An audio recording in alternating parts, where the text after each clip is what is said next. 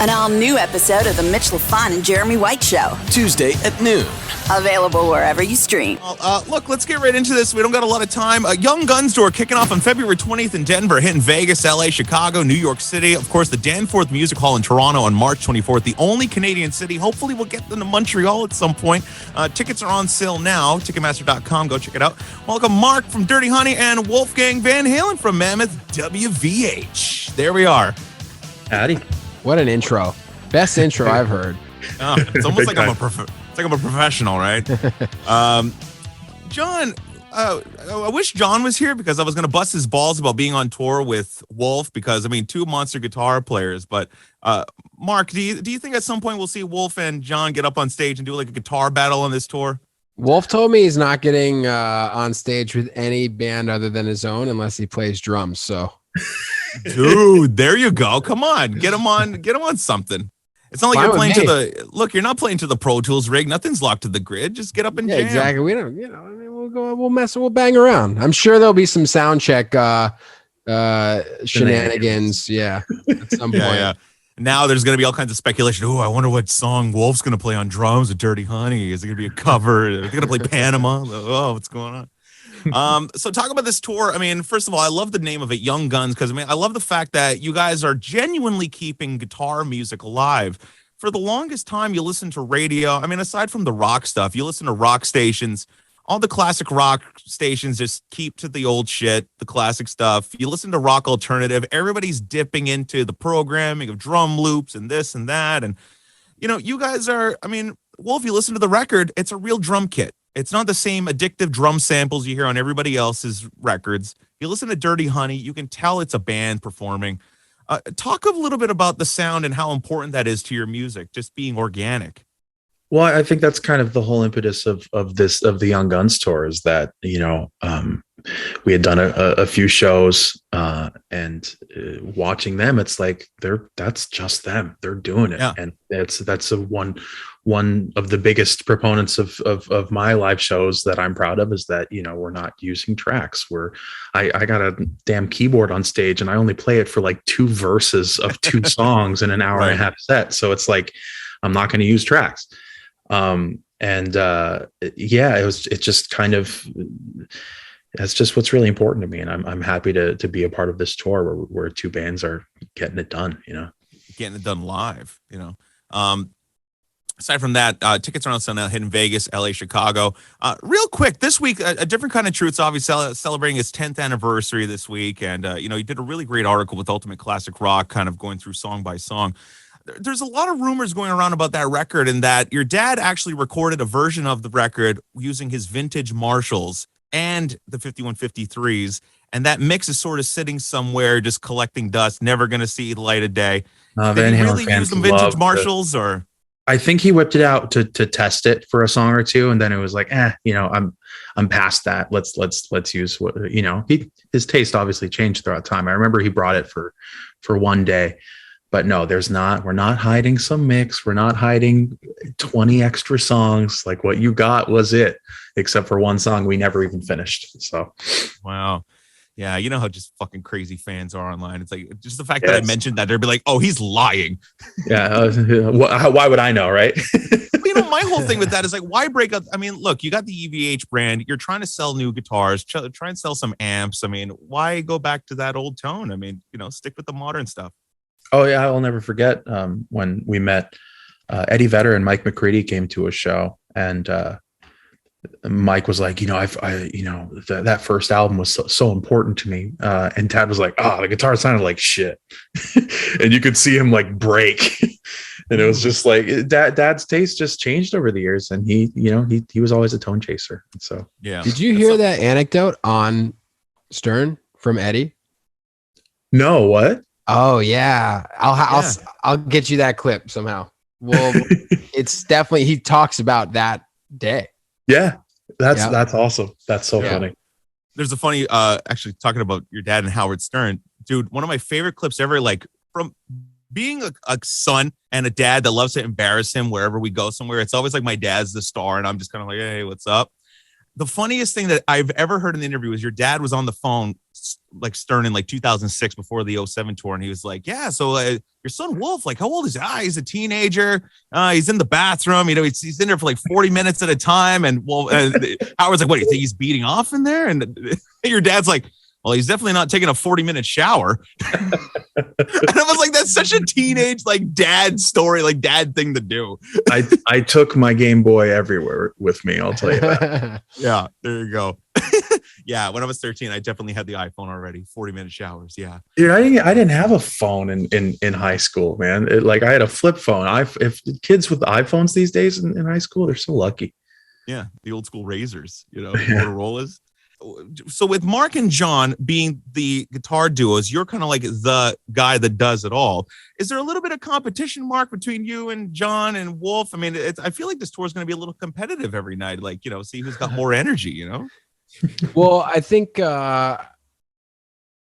know, I've said before, like, music isn't like, it's not competitive in nature. I think, everybody outside of the artist makes it competitive. It's like your chart positions, your sales. Like, I don't think artists genuinely give a shit about any of that stuff. I think they care about writing and performing music that is honest and true and exciting to them. And then when you get on stage, performing it really well. So like the competition is really within yourself. It's not, you know, I didn't write or perform or any of Wolf's stuff. So I can't, you know, speak to that obviously, but I think if I come off stage and have a great show, it feels like I won some sort of like something within myself, you know. When you're in studio and writing and recording the music, is it always in the back of your mind like, oh shit, like, you know, this is a really hard lick or this is a hard note to hit, like, how am I going to do this live? Is there any of that? Do you take that into consideration? Yeah, and usually the other guys will like push me to just like, come on, just fucking do it. It's awesome, man. Dude, same with me. Elvis will be like, he's like, I'm like, I'll be like, how the hell am I going to pull this off live? Like, this is so hard. And he's like, that's a different Wolfie. A different Wolfie's going to be worrying about that. Yeah. You know, we're in the studio now. Let's get it done. I will say when those moments come up on a live show, like they go okay most of the time. Oddly enough, it's almost. I've yet to have an instant, so yeah. Knock on wood. Have a puberty moment in the middle of hitting a high note. It's just like, oh, like just breaks. Exactly. Wolf, talking about your record, one of my favorite, actually, it was my favorite guitar solo of 2021. Talk and Walk, the guitar solo on that. I love the fact that you're performing that song live. Why did you leave it off the record and make it just like a Japanese bonus track? Because that song to me, I mean, I listened to the record obviously multiple times, and I feel like that song's kind of like it encompasses the entire sound together. And I was like, well, it was delegated to a bonus track. Yeah, it's funny for me. It kind of felt more outside of the sound. It had more that sort of bluesy, rocky feel, and that's very much not what the core of the album is. I think the core of the album is much more like Epiphany, you know, or like You're to Blame, But yeah, no, that's why it's like I still wanted to include it to some degree, and you know, Japan always wants a bonus track, so it just kind of seemed to fit. That's always the thing.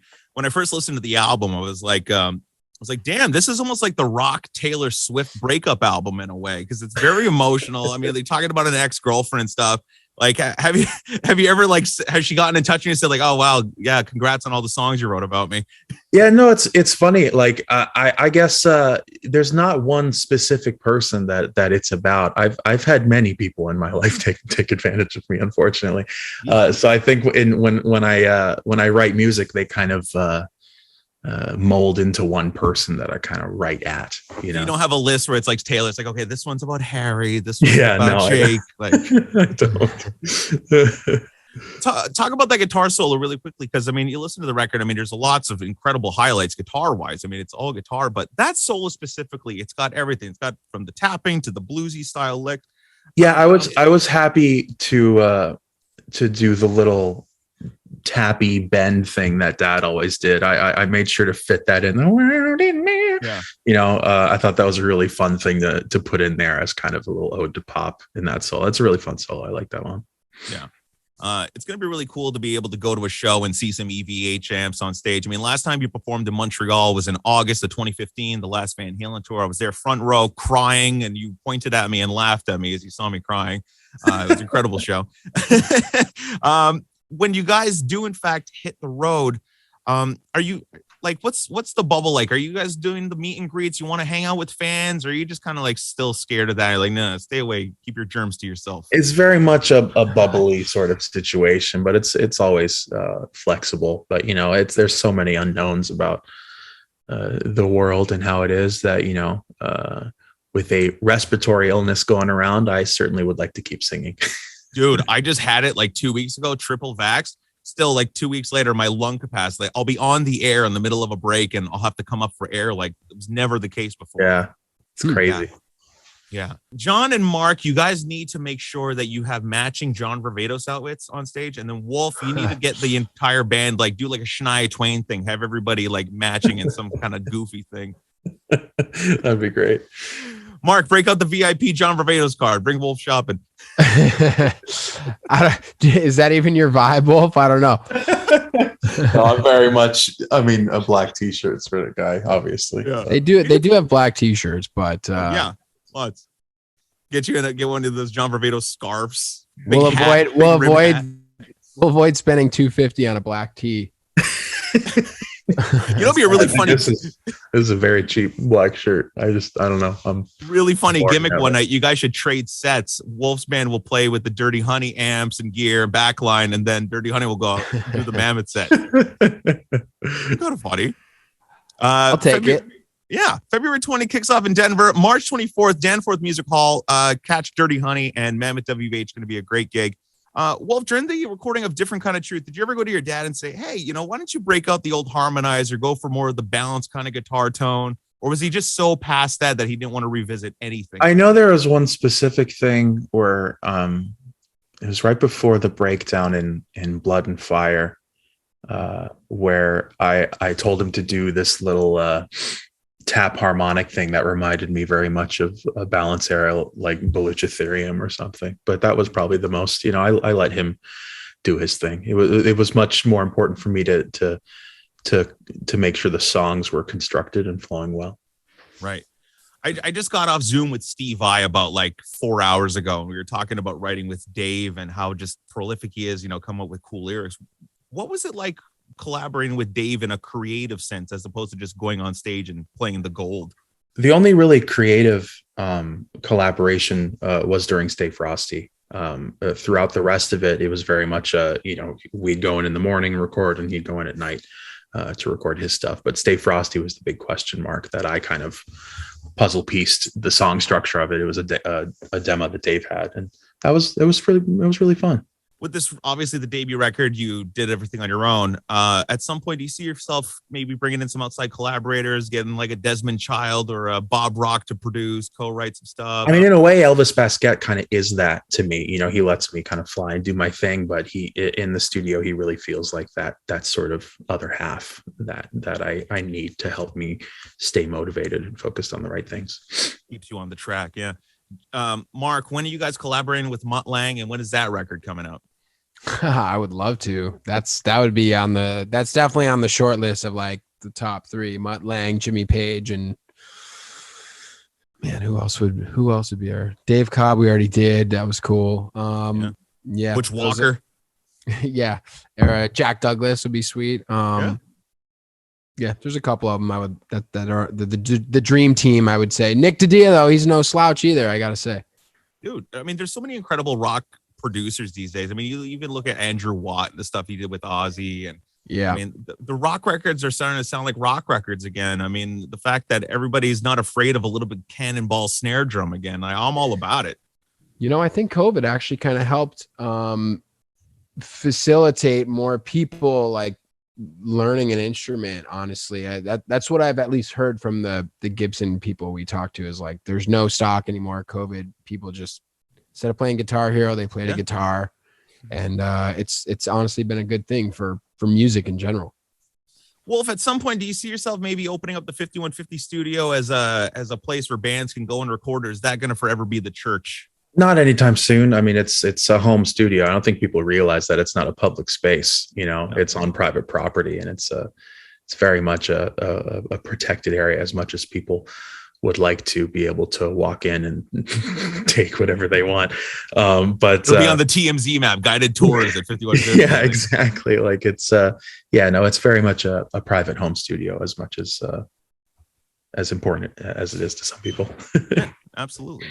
Well, listen, YoungGuns Tour running out of time. Just real quick, kicking off on February 20th. Get your tickets now. It's going to be a fantastic night of awesome live rock and roll. Raw, so raw, it's still bleeding in your face. Rock. Go and check it out. Dirty Honey, Mammoth WVH. Going to be a great tour. Running out of time, but this was really great. I had so many more questions I would love to ask you, Wolf. We'll do this again. We'll make it a little bit longer. Absolutely. Yeah. Mark, always great to see you. I'll wear my hat for you next time.